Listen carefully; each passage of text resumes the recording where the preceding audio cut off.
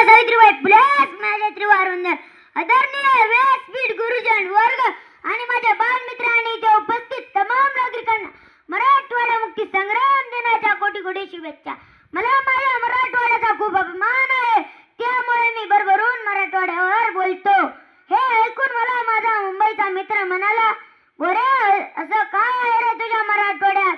मी त्याला म्हणालो, "दुष्काळाचा जळा, माणुसकीचा लळा, आपुलकीचा जिव्हाळा, दगडाच्या खाणी, प्रसिद्ध अजिंठा वेरूळची लेणी आणि नऊवारी पैठणी आणि नाथसागराचं निर्मळ पाणी."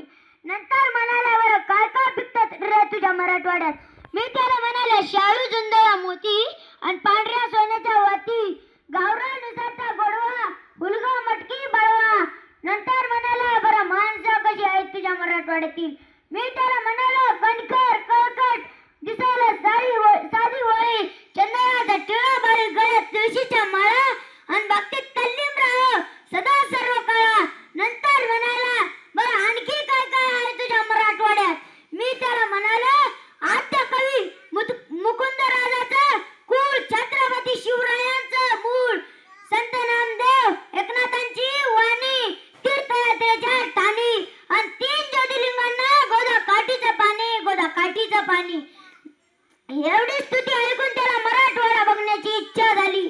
तो इथे आला आणि त्याने बघितले ओसाड माळवाचं रान, रस्त्याचं झालेलं चाळण, हे बघून उडाली त्याची गाळण. शेतकऱ्याच्या गळ्यात फाशीचा दोर, राजकारणी इथले सगळेच चोर, उद्योगधंद्याची वणवण, बेरोजगाराची बनबन. हे पाहून तो म्हणाला, "कसं राहता यार तुम्ही इथं?" मी त्याला म्हणालो, "निजामानं लुटलं, राजकारण्यांनी ओरबडलं, नित्यानं छेडलं, नित्याचंच झालं हे रडगाणं. तरी नाही सोडलं जगणं, तरी नाही सोडलं जगणं. कष्टाचं खातो, गप्याने राहतो, काळ्या मातीत घाम गळतो, पिकेल तेवढं पिकतो, विकेल तेवढं विकतो. 4 पैसे कमावण्यासाठी आसमानी सुलतानी संकटांशी एकटाच भिडतो." हे पाहून तो गैरवरला आणि जायला निघाला. मी त्याला म्हणालो, "अरे, असा उपाशीच कसा जाणार? गावरान कोंबडा भाजून केलंय, काळा रस्सा पोटभर जेवल्यावर ताटावून उठला आणि गळ्यात मिठी मारून कडकडून भेटला आणि म्हणाला, 'खरंच मराठवाड्यातील माणसं तुम्ही चांगली